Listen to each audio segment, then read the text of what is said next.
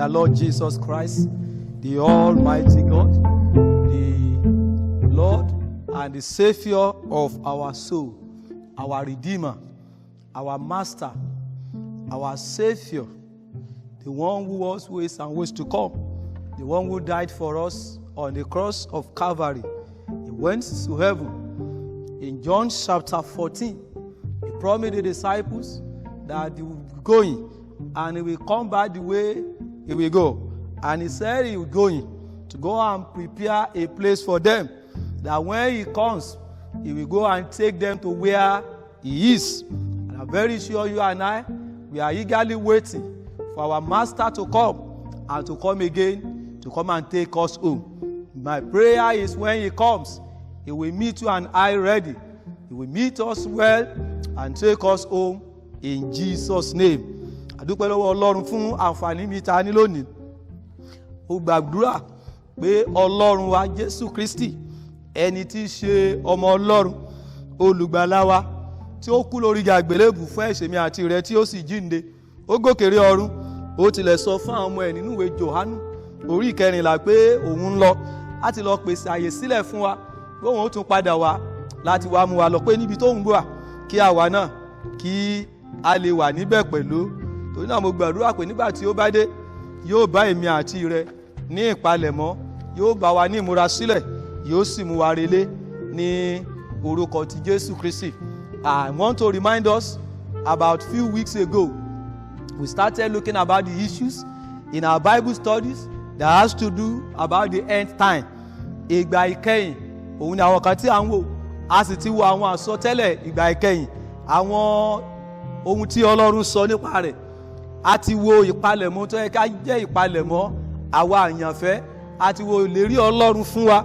Lónìí, ẹ̀kọ́ tá a kọ́ yóò tún ní í ṣe nípa ìgbà ìkẹyìn yìí bákan náà. Ó torí náà, ohun tí a fi kẹ́kọ̀ọ́ lónìí, ó wà nínú ìwé Matthew orí 13, èyí tí a ti kà. Ìwé Matthew orí 13, ẹsẹ̀ 4 títí dé ẹsẹ̀ 30, àti ẹsẹ̀ 440 títí dé 340. Our text for today's Bible study is taken from Matthew chapter 13, verse 24 to verse 30, and Matthew chapter 36 to verse 43, which we have read. And the passage tells us about a parable that Jesus Christ told the crowd, the multitude that were following him. Jésù ó sọ àwọn òwe nípa ìjọba ọ̀run fún àwọn tí ó ń tẹ̀lé. So ibi tá ń ka yìí náà jẹ́ ọ̀kan nínú àwọn òwe tí Jésù Kristi tí ó sọ fún àwọn wọn ni tí ó ń tẹ̀lé. So èyí ni yóò jẹ́ kókó ẹ̀kọ́ wa tí a ó kọ́ lónìí. The title of the message is The Harvest Time. The Harvest Time. Àkókò ìkórè. Now, I want to quickly tell us this parable that Jesus told the people. We, the disciples, came in secret later to ask him about the meaning, and we look at the full discussion of that parable, the meaning of it, and the lessons there for us to learn as believers.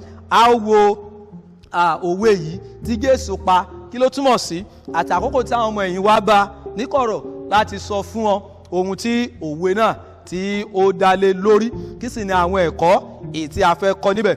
Ló sọ fún wa Matthew orí 13 láti ẹsẹ̀ 440 dé ẹsẹ̀ 30. Níbẹ̀ ni a ti sọ òwe náà 36 to 43, and in the place where Jesus told the disciples the meaning of that parable. Very quickly, this parable, Jesus told them that there was a sower that went about. He was sowing the seed, and he sowed good seed on his feet. But when the men slept, the enemy came and he sowed the weeds on the field. And when time came for his servants to come and work on the field, when they look at it, the seed sprang up, and they also saw the weed. And they quickly went to their master, the sower, the one who sowed good seed, and tell him that, Master, is it not good seed that you sowed in your field? How then are the weeds now coming up? And he told them that it was the enemy that did that when the men slept. And they asked him that should they now remove the weed so that the good seed will be able to grow and flourish. He told them that they should leave the two of them, that they should grow together, because they want to be removing the weed. They might remove the weed and the good seed. He said they should grow together. And at the harvest time, when the harvest starts will come, he will first of all gather the weed, and he will bind them, and he will cast them into fire, and there they will burn. And then he will go and now harvest the good seed. When the disciples now came, they asked Jesus, what is the meaning of this parable? Jesus told them, and I want you to listen very quickly when he was telling them.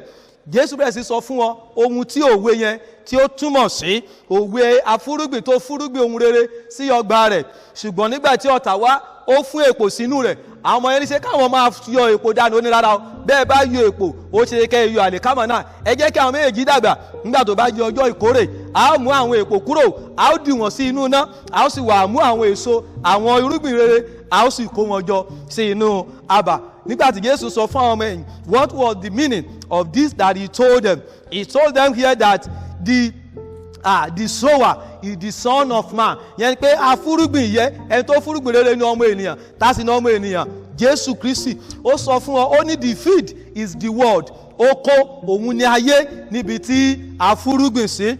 And the seed are the kingdom people, the people of God's kingdom. Irúgbìn rere àwọn ni àwọn ọmọ ìjọba ọ̀run èyí tó wà ní orílẹ̀-èdè ayé. And the weed are the people of the evil one, the wicked one. The weed tí í ṣe èpò òun ni àwọn èèyàn búburú. And at the same time, he told them that the harvest time is the end of the world. Yẹn pé ìgbà ìkórè òun ni ìgbà ìkẹyìn. That is why I'm titling the harvest time, ìyẹn ni the end of the world. And you know that this is already in line with our message that we're already looking at before, the harvest time. The harvest time, ìgbà ìkẹyìn òun la pè ní harvest time. Èyí fi hàn pé lọ́wọ́lọ́wọ́ tí a wà tí a pè ní ìgbà ìkẹyìn yìí, this is the harvest time. Ìgbà ìkẹyìn la wà yìí. And that is why this message is very, very important for you and I, and for everyone that is hearing me now. And he told them that the harvesters are the angels of God that is going to send. Àwọn olùkórè, àwọn ní áńgẹ́lì Olúwa èyí tí yóò rán láti kórè nígbà tó bá tó kẹ́yìn. Ó ní àwọn áńgẹ́lì ó wà, ó ní àwọn ni yóò kọ́ mú àwọn èèyàn búburú tí í ṣe èpò, wọ́n ó dì wọ́n, wọ́n ó sì kó wọn jọ, wọ́n ó dà wọ́n sí inú iná, níbẹ̀ ni ẹkún àti ìpayín kékeré yóò wà. Ó ní ṣùgbọ́n àwọn àlìkámà tí í ṣe àwọn ọmọ ìjọba, òun náà ní àkó, wọ́n ó sì máa tàn bí ìmọ́lẹ̀ bí ìràwọ̀ ní ìjọba Olúwa wọn. My people, this is the harvest time. This is the end time. Àkókò ìkórè la wà yìí. Olùkórè fẹ́ dé láti wá kórè. Ó ṣe tán, ó ń bọ̀ láìpẹ́ láti rán àwọn áńgẹ́lì rẹ̀ láti wá kórè. Ṣé èpò ni ìwọ ni àbí àlìkámà? Ṣé àlìkámà rere ni ìwọ ni àbí èpò? Nígbà tó bá dé, níbo ni ó ti bá wọ? Kí ni àwọn ẹ̀kọ́ tí a fẹ́ kọ́? What are the lessons that we want to learn from this parable? Number one, the matter of God's kingdom is a parable that must be understood. The matter of God's kingdom is a parable that must be understood. Verse 24 and 36. Go and read it. Nǹkan nípa ìjọba ọ̀run, ètò nípa ìjọba ọ̀run, ó jẹ́ òwe èyí tí èmi àti rẹ tí a gbọ́dọ̀ ní ìmọ̀ nípa rẹ̀. Ọ̀rọ̀ ìjọba ọ̀run, òwe ni Jésù ọmọ apá. Kò yí àwọn ẹlòmíràn. Ọ̀pọ̀lọpọ̀ náà wá sí church, wọ́n wá sí ilé ìjọsìn. Ọ̀rọ̀ ìjọba ọ̀run ò yé wọn. Nítorí bí òwe ni, kì í ṣe ohun tí ara ẹni ti ẹ̀mí òun ló lóye. Nítorí náà ẹ̀yin tẹ́ ń gbọ́ mi, mo fẹ́ kí ẹnì kọ̀ọ̀kan wa ká kọ́ ẹ̀kọ́ Ọlọ́run, ká ṣiṣẹ́ ká mọ̀ kí lohun tí ìjọba ọ̀run kí ló túmọ̀ sí. Number two, the matter of the end time is also a mystery and a revelation that needs to be revealed unto us. The matter of the end time is also a mystery, a revelation that we need to know, to be revealed to us. Ètò nípa ìjọba ọ̀run àti ìgbà ìkẹyìn ó ní ṣe nípa ohun tó farasin. Verse 24 and verse 36. Revelation chapter 1 pẹ̀lú sọ fún wa ohun tá à ń sọ nípa ìjọba ọ̀run nígbà ìkẹyìn yìí, ohun ìjìnlẹ̀ ni, kì í ṣe ohun tí ó kàn lè yé wa kíákíá, ohun ìjìnlẹ̀ tó farasin ni. And Bíbélì sọ fún wa pé the secret things belong to God. Only those things that are revealed to us are our own. Ohun ìjìnlẹ̀ ìjọba ọ̀run lónìí, Ọlọ́run lónìí. Èyí tó bá fi hàn wá náà ló fi hàn wá. Èyí tá à ń sọ yìí ohun ìjìnlẹ̀ ni, Ọlọ́run fi hàn ni, revelation ni. The natural man cannot know it. a babe in Christian faith cannot understand, and that is where you and I must be matured in faith. A gbọ́dọ̀ mọ ohun tí ìgbà ìkẹyìn tí ó túmọ̀ sí, kò yé ẹlòmíràn ṣùgbọ́n ó di dandan láti yé wa ká lè wà ní ìpalẹ̀mọ́. Number 3, spiritual slumber is dangerous on the heavenly journey at this end time. Spiritual slumber is dangerous on the heavenly journey at this end time. Verse 25 ó sọ fún wa, Romans chapter 13 11-14 náà sọ pé the high time has come for us to wake up from our slumber and to arise and to cast off evil deeds and evil works. Ó nígbà tí èèyàn sùn ọ̀tá rẹ̀ wá ó fún irúgbìn bí èèwọ̀ náà ti sùn nínú ẹ̀mí. Pàápàá àkókò lockdown yìí, àkókò pandemic yìí, ṣé ò ti sùn nínú ẹ̀mí? Ìgbà wo ló ti ka Bíbélì kẹ́? Ìgbà wo ló ti gbàdúrà? Ìgbà wo nìkan tí Ọlọ́run àti kàntì ẹ̀mí ti jẹ́ ọlógún? Ẹ̀mí ò lọ bí iṣẹ́, ẹ̀wọ̀n ọ̀jà jáde, wọ́n ọ̀jà lọ school, wọ́n ọ̀jà ṣiṣẹ́, wọ́n ọ̀jà lówó lọ́wọ́, wọ́n kà sáà ń ṣe ohun tó ń wà á. Ó gbọ́dọ̀ sùn nírú àkókò yẹmi rẹ̀ ní ò gbọ́dọ̀ sùn. We need to rise on our feet. We need to be sensitive, to be alive, to be alert in the spirit. Spiritual slumber is very, very dangerous at this particular time. You must not sleep. Tell your neighbor and tell yourself, I will not sleep spiritually. At this time, I will not sleep. Number 4, the enemy of God's people always seeks opportunity to destroy kingdom people. The enemy of God's people always seek opportunity to destroy God's people. Verse 25, àtá àwọn ọmọ Ọlọ́run ó ń wọ ọ̀nà nígbà gbogbo láti gbé àwọn ọmọ Ọlọ́run ṣubú àti láti pa wọ́n run ni. Bíbélì ní ọ̀tá kì í wá bí olè kì í wá bí kò ṣe láti jalè, láti pa àti láti parun. That's the work of the enemy. Ìdí ni tí ó ṣe lọ láti lọ fún èpò sínú àlìkámà nígbà wo ni? Nígbà tí èèyàn sùn ni. Ìdí rẹ̀ tí a ò ṣe gbọ́dọ̀ sùn. Ó ń wọ ọ̀nà tí ó fi pa ọmọ Ọlọ́run run. Nígbà tá a bá ń sùn nínú ẹ̀mí, nígbà náà ni Sátánì máa ń wọlé, ẹ̀ṣẹ̀ á wọlé, oríṣiríṣi àwọn ìwàkíwà tí ò yá wọlé. A ò gbọ́dọ̀ sùn, a gbọ́dọ̀ tají, a gbọ́dọ̀ wà alive in our spirit, so that nígbà tó bá dé, nígbà tí ìgbà kórè bá wọlé, kò ní bá wa ní òjijì. Number 5, both God's children and kingdom people, and both God's children, that is the kingdom people, and the evil people, they will grow together. Verse 25-30 tells us, and 37-39. Yẹn ni pé àwọn èèyàn ìjọmọ Ọlọ́run àti àwọn ọmọ òkùnkùn àjọ máa dàgbà papọ̀ ní inú ìjọ Ọlọ́run kan pẹ̀lú. Àwọn tí èṣe ọmọ Ọlọ́run gan wà ń bẹ̀, àwọn ìránṣẹ́ Sátánì wà ń bẹ̀. Ó níbikíbi tí àwọn ọmọ Ọlọ́run wà, ìránṣẹ́ Sátánì náà wà ń bẹ̀ pẹ̀lú. Ìfihàn pé nínú churches of God today, there are evil people, there are wicked people. We know them and we don't know some. But ẹnìkọ̀ọ̀kan mú ara rẹ̀. Ṣé ọmọ ìjọba Ọlọ́run ni ìwọ? Àbí èpò, èyí òun ká jẹ́, èyí òun kó jẹ́. If you are kingdom people, if you are evil people, we are growing together. Oòrùn àti òjò àlàáfíà Ọlọ́run orí ọ̀fẹ́, àjọ ń gbà, àjọ ń gbọ́rọ̀ Ọlọ́run, àjọ ń ka Bíbélì, àjọ ń gbọ́rọ̀, àjọ ń dáwó, àjọ ń ṣe ohun gbogbo. Bẹ́ẹ̀ ni, ṣùgbọ́n ṣé èpò ni ọ́ àbí àlìkámà? Àjọ máa dàgbà papọ̀, ṣùgbọ́n rántí pé ní ọjọ́ kan ìyapa yóò wà. Mo gbàdúrà pé ìyapa tí ó wà, àlàáfíà ni ó jẹ́ fún èmi àti rẹ. The next thing I want you to know, and the lesson we need to learn from this parable, number 6, the weeds, that is the evil people in the church, will fall judged by God. Àwọn èpò, àwọn ẹni búburú tó wà nínú ìjọ, àwọn láwọ̀kọ́ dá lẹ́jọ́. Ìyẹn ni pé bàtò bá tó àkókò, àwọn èèyàn búburú láwọ̀kọ́ fà jáde, àwọ̀kọ́ pa wọ́n run náà, ká tó wá mú àwọn ọmọ Ọlọ́run, àwọn èèyàn fẹ́ láti máa lọ jọba pẹ̀lú Jésù Kristi. Are you weed? Are you good seed? Number 7, the harvest time is now. I want you to know, and I'm emphasizing it again, the harvest time is now. If you look at that verse 39, because our time, I want you to read it and look at it very well. That verse 39, if you look and say, the enemy that sowed the seed in the devil, the harvest time is the end of the war. That is it. We are at the end of the war. We are at the end of the age. This is the harvest time. Ẹ jẹ́ ká palẹ̀ mọ́, Olúwa wa, ó fẹ́ dé. Number 8, rid yourself of every evil seed. Rid yourself of every evil seed. That is the work of the flesh. Gbogbo nǹkan tó bá ní í ṣe pẹ̀lú iṣẹ́ rárá, iṣẹ́ ẹ̀ṣẹ̀, ẹ jẹ́ ká jẹ́ ara wa gbà kúrò ní ọwọ́ rẹ̀. Olúwa yóò fi agbára fún wa, yóò ràn wá lọ́wọ́. Níbi tí ẹ̀ṣẹ̀ ti ń jọba, níbi tí ẹ̀ṣẹ̀ ti ń borí, agbára Ọlọ́run á sọ̀kalẹ̀, á sì já ọgbà, á jẹ́ ẹnìkọ̀ọ̀kan gbà kúrò nínú ìparun. Number 9, deliver yourself from the end time and last day troubles. Deliver yourself from the end time and last day troubles. Can you see? Bíbélì ti sọ. Òun láti ka yìí wípé àwọn ọmọ ìmọ́lẹ̀ àti ọmọ òkùnkùn kan máa dàgbà papọ̀. You know yourself. If you are not a child of light, this is the time to get yourself out of the trouble that will soon come. Ìbànújẹ́ tribulation ń bọ̀ láìpẹ́. Jẹ́ ara rẹ gbà kúrò ní ìparun yìí. Olúwa yóò sì ràn ọ́ lọ́wọ́, yóò ràn ìkọ̀kan lọ́wọ́. The next one, the righteous will laugh last. as they shine forever. The righteous will laugh last as they shine forever. Verse 43. Ó ní àwọn ọmọ ìmọ́lẹ̀, àwọn ọmọ ìjọba wọn ò máa tàn bí ìràwọ̀, bí ìmọ́lẹ̀, bí oòrùn ní ìjọba bàbá wọn. Wàhálà ìpọ́njú ọjọ́ òní àti ìpọ́njú àná àti ti ọ̀la ó lè pọ̀, ṣùgbọ́n ayọ̀ ń bọ̀ lọ́la. Ó ní bí ẹkún pẹ́ dalẹ́, ayọ̀ ń bọ̀ lówùrọ̀. Night might tarry, but day will soon come. Light will soon come. When the children of God, the righteous people will laugh and they will smile and they will be shining. Ìpọ́njú àkókò yá àti ohun tá ń là kọjá. Ẹ má yẹ kó gba ìgbàgbọ́ dànù lọ́wọ́ wa. Ẹ má yẹ kó gba Jésù. Ẹ má yẹ kó gba ìwà rere àti ìwà mímọ́ wa. Ẹ jẹ́ ká súnmọ́. Ẹ má yẹ kó gba ìgbàgbọ́ wa. Ẹ jẹ́ ká súnmọ́ Ọlọ́run. Àkókò rèé láti súnmọ́ Ọlọ́run nítorí pé the righteous, àwọn olóòótọ́ olódodo, wọ́n rẹ́rìn ní ìgbẹ̀yìn, wọ́n sì máa tàn bí ìmọ́lẹ̀, wọ́n máa tàn bí òòrùn títí ayérayé ní ìjọba Ọlọ́run. Mo mọ̀ pé ìwọ náà fẹ́ tàn ní ìjọba Ọlọ́run. Èmi náà fẹ́ tàn. Gbogbo alájọ fẹ́ wà níbẹ̀. Ẹ̀ṣẹ̀ ò ní dí ọ lọ́wọ́, kò ní dí mi lọ́wọ́, kò ní dí wa lọ́wọ́.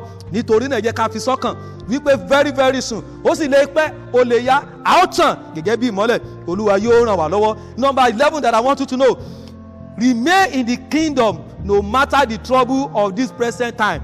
Remain in the kingdom no matter the trouble of this present time.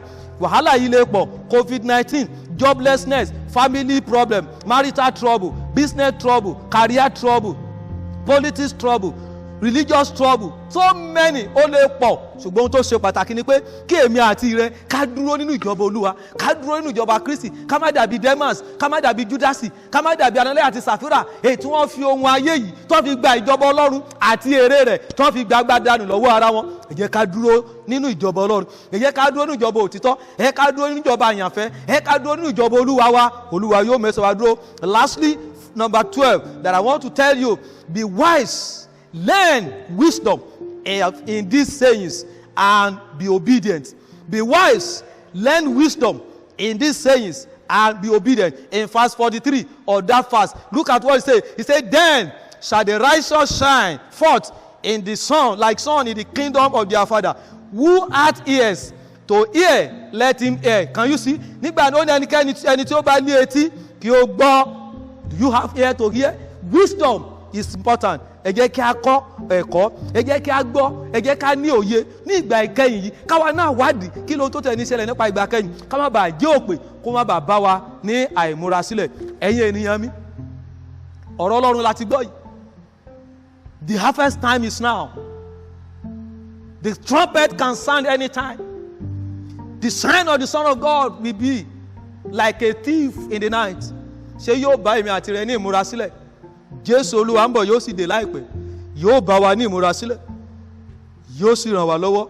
Agbára rẹ̀ yóò sì tó fún wa ní orúkọ Jésù Kristi Olúwa wa. Ẹ jẹ́ kí a gbàdúrà. Ọlọ́run a dúpẹ́ fún ọ̀rọ̀ rẹ tí ẹ rán sí wa lẹ́ẹ̀kan sí ní ìrọ̀lẹ́ yìí. A gbàdúrà fún òye ọ̀rọ̀ yìí lórúkọ Jésù, ẹ túbọ̀ fi yé wa sí. Nígbà tí ẹnì kọ̀ọ̀kan wa tí a máa yẹ ọ̀rọ̀ yín wò, tí a máa gbé yẹ̀wò láti wá ọgbọ́n kún ọgbọ́n, láti wá ìmọ̀ kí ìmọ̀. Torí Bíbélì sọ fún ẹ pé ìmọ̀ yóò di púpọ̀, àwọn ènìyàn yóò sì máa wádìí rẹ̀.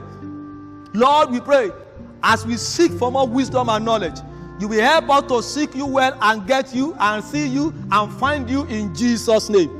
And this wisdom in your word will keep us to the end. And at the harvest time, we will not miss that glorious shining, that glorious day, that blessed day in Jesus' name. You will keep us fit and help us. You will take away sins, to take away hindrances from our life, and help us to stand in your word, to stand in your kingdom, to stand right with you now and to the end. Thank you for you will help us and you are helping us and you have answered our prayers. In Jesus' name we pray. Amen.